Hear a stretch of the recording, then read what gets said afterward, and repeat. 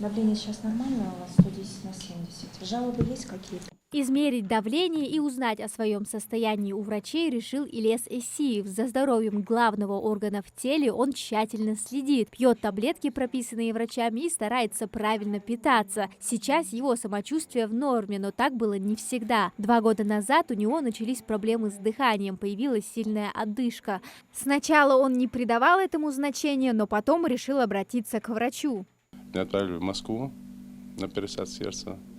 И сказали, что операцию я не выдержу. Потом приехал сюда обратно, меня лечит врач Зарета Украинщина. Я выполнял все ее требования, что она мне говорила. Лекарства пил, но я перешел, как вам сказать, я себя намного лучше чувствую сейчас. От состояния сердечно-сосудистой системы напрямую зависит здоровье и жизнь человека. Сердце хоть и одно, но список опасных болезней для него внушительный. Это ишемическая болезнь сердца, инсульт, аритмия, сердечная недостаточность, пороки и многое другое. Чаще склонны к этим недугам люди старше 45 лет. Для снижения риска подобных заболеваний необходимо соблюдать несколько правил. В первую очередь правильное питание и умеренные физнагрузки. Препараты принимать только по назначению врача, а не самостоятельно, как делают многие. Если пациент попадает к нам в кардиологический диспансер, здесь проводится кардиограмма, ультразвуковое исследование сердца. При подозрении на нарушение ритма и ишемическую болезнь сердца проводится холтеровское мониторирование, ЭКГ, а также АД.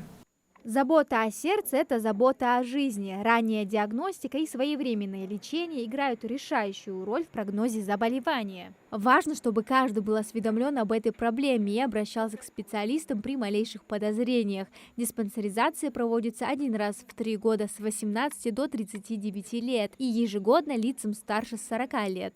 Совместно с пациентом мы наблюдаем патологию и стараемся облегчить состояние пациента и улучшить прогноз его жизни.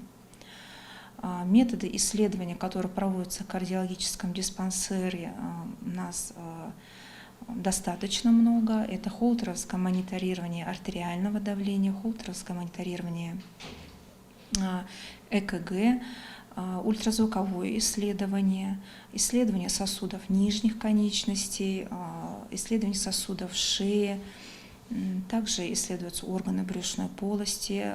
В рамках акции «Береги свое сердце» каждый желающий может получить консультацию кардиолога, узнать о факторах риска и методах диагностики с 10 по 16 февраля. Мероприятие приурочено к Международному дню осведомленности о врожденных пороках сердца, который ежегодно отмечается 14 февраля.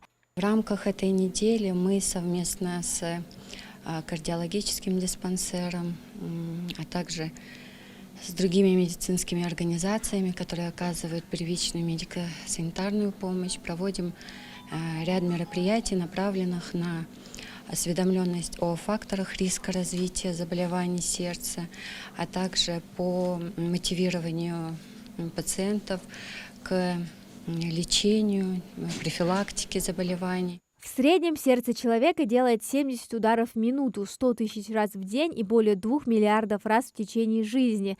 За сутки этот орган перекачивает более 7 тысяч литров крови в организме. Оно работает бесперебойно каждый день в жизни человека, и поэтому так важно его беречь. Амина Зязикова, Билал Ахильгов, Магаз 24.